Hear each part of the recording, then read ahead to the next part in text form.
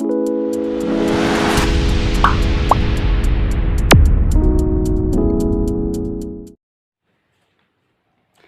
Everyone, welcome you all to SPK tutorials. आज हम 10th class का नेक्स्ट चैप्टर स्टार्ट करते हैं, that is 6th chapter life processes. ठीक है, सो इसमें first of all life processes होते क्या हैं। लाइफ प्रोसेसेस क्या होते हैं कि हमारी लाइफ को हमें ज़िंदा रखने के लिए या हमारे बॉडी में फंक्शनिंग के लिए जो जो प्रोसेसेस इंपॉर्टेंट होते हैं, ठीक है ना, the vital processes of life that are important for our survival that are called as life processes. कौन कौन से प्रोसेसेस इंपॉर्टेंट होते हैं? Movement, nutrition, respiration, reproduction, control and coordination, excretion and circulation, जिसको हम ट्रांसपोर्टेशन भी बोलते हैं। ये सारे प्रोसेसेस हमारी बॉडी के लिए इंपॉर्टेंट होते हैं। ठीक है, इनमें से हम इस वाले चैप्टर में करेंगे respiration, nutrition, transportation and excretion. ये 4 टॉपिक्स हम इस चैप्टर में करेंगे और बाकी के टॉपिक्स नेक्स्ट चैप्टर में करेंगे हम। ठीक है, तो इन वाइटल प्रोसेसेस का फर्स्ट करते हैं, दैट इज न्यूट्रिशन।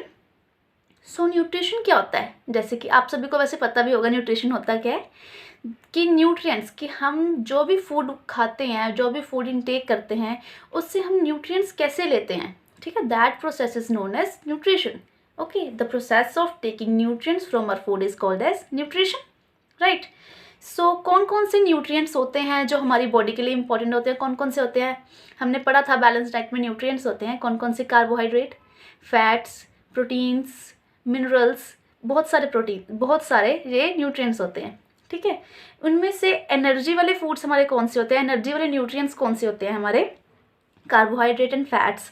इनसे हमें एनर्जी मिलती है। जैसे कार्बोहाइड्रेट में ग्लूकोज आ गया, जब हमें एनर्जी चाहिए हम ग्लूकोज डी पीते हैं ना, सो ग्लूकोज का क्या काम होता है? हमें एनर्जी देता है।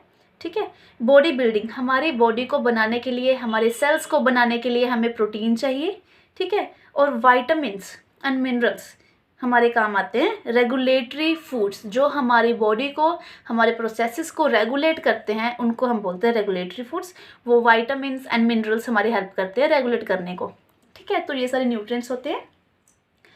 सो न्यूट्रिशन हमारा होता है 2 टाइप्स का, autotrophic nutrition and heterotrophic nutrition. ये दोनों न्यूट्रिशन के टाइप्स अपने पढ़े भी होंगे छोटी क्लासेस में। ऑटोट्रॉफिक न्यूट्रिशन क्या होता है कि जब कोई भी ऑर्गेनिज्म अपना फूड अपने आप प्रिपेयर करता है, दैट इज ऑटोट्रॉफिक, है ना, यही पढ़ा था ना हमने। और हेटेरोट्रॉफिक क्या था कि जब कोई भी ऑर्गेनिज्म अपना फूड खुद नहीं प्रिपेयर करता, वो दूसरे के ऊपर डिपेंड होता है ना। चलो अब हम इसको डिटेल में पढ़ते हैं आगे, कैसे कैसे न्यूट्रिशन के टाइप्स होते हैं। चलो, so first is autotrophic nutrition. Autotrophic nutrition क्या होता है? जब ऑर्गेनिजम्स अपना फूड अपने आप प्रिपेयर करते हैं, दैट इज ऑटोट्रॉफिक न्यूट्रिशन। लिखा क्या है इसमें? Organism produces their own food from simple inorganic materials. अब ये ऑर्गेनिक मटेरियल और इनऑर्गेनिक मटेरियल्स क्या होते हैं वो देखो। ऑर्गेनिक मटेरियल्स होते हैं जिनमें कार्बन होता है, ठीक है ना, जिनमें भी कार्बन होगा वो ऑर्गेनिक हो गए, जिसमें कार्बन नहीं होगा वो इनऑर्गेनिक होंगे। ठीक है ना, जो ऑर्गेनिक होते हैं कार्बन वाले, वो कार्बोहाइड्रेट्स, फैट्स, प्रोटीन, सभी में कार्बन है। ठीक है ना, तो वो थोड़े से कॉम्प्लेक्स होते हैं, थोड़े बड़े वाले होते हैं मॉलिक्यूल से, ये कॉम्प्लेक्स होते हैं। ठीक है ना, materials.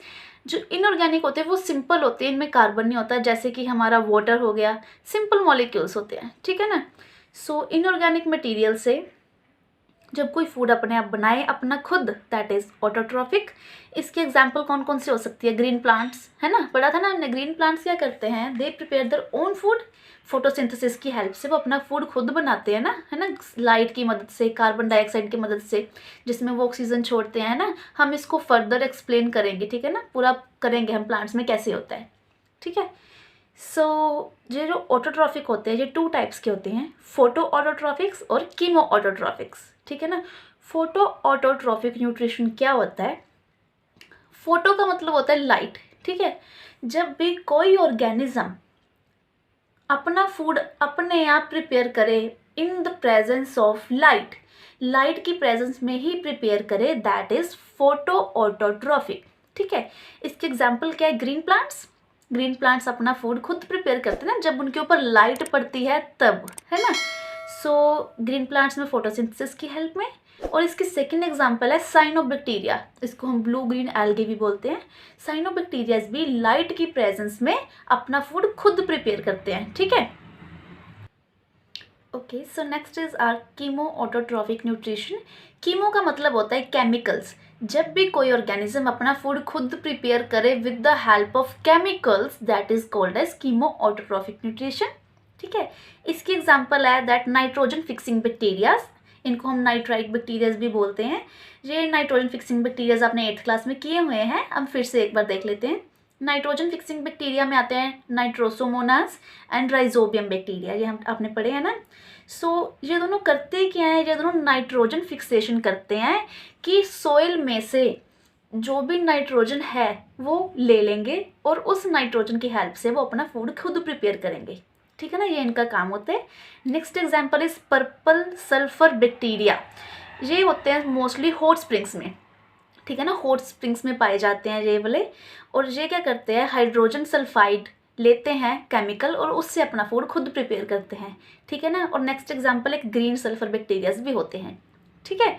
So this was autotrophic nutrition. Next is our heterotrophic nutrition. As you know what is heterotrophic nutrition, in which the organism cannot prepare their own food, they have to depend upon the other organisms, ठीक है ना, वो दूसरे organisms के ऊपर depend करते हैं।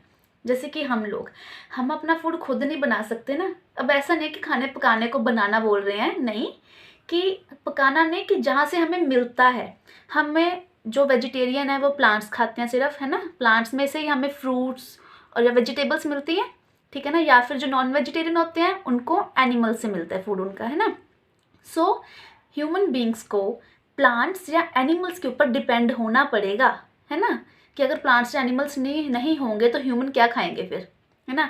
तो these human being are heterotrophic nutrition, ठीक है ना, इनके अंदर हेटरोट्रॉफिक न्यूट्रिशन होता है जो दूसरों के ऊपर डिपेंड करते हैं, ठीक। सो नेक्स्ट हम करेंगे modes of heterotrophic nutrition. Modes या फिर टाइप्स भी बोल सकते हैं। ये 3 मोड्स होते हैं इसके हेटरोट्रॉफिक के। First is saprophytic, next is parasitic and holozoic. Saprophytic में क्या होता है कि जो भी ऑर्गेनिज्म होते हैं वो डेड एंड डिकेइंग मैटर के ऊपर डिपेंड करते हैं। जैसे कि हमारे फंगस या बैक्टीरिया होते हैं, जैसे कि हमने देखा होगा कि एक ब्रेड को हम साइड पर रख दें, है ना, जब वो बिल्कुल ख़राब हो जाएगी, उसके ऊपर फंगस लग जाती है ना, जितनी ज़्यादा वो ख़राब होएगी, डेड होएगी, डिके होती रहेगी ब्रेड, उतना ज़्यादा वो बैक्टीरिया वहाँ पर, फंगस वहाँ पर ग्रो करती जाएगी, है ना। तो उनकी ग्रोथ के लिए, फंगस की ग्रोथ के लिए वो dead and decaying matter important है, ठीक है ना।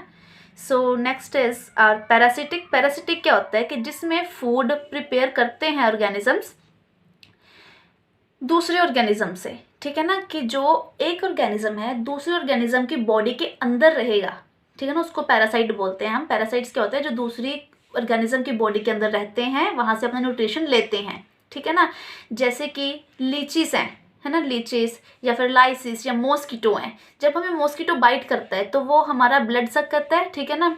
उससे क्या होता है कि मॉस्किटो को न्यूट्रिशन मिलता है, बट हम मर तो नहीं जाते ना, ठीक है ना। So the organisms obtain food from other organisms without killing them, उनको मारे बिना दूसरों से अपना फूड लेते हैं, so that is the parasitic. So our next is the holozoic nutrition.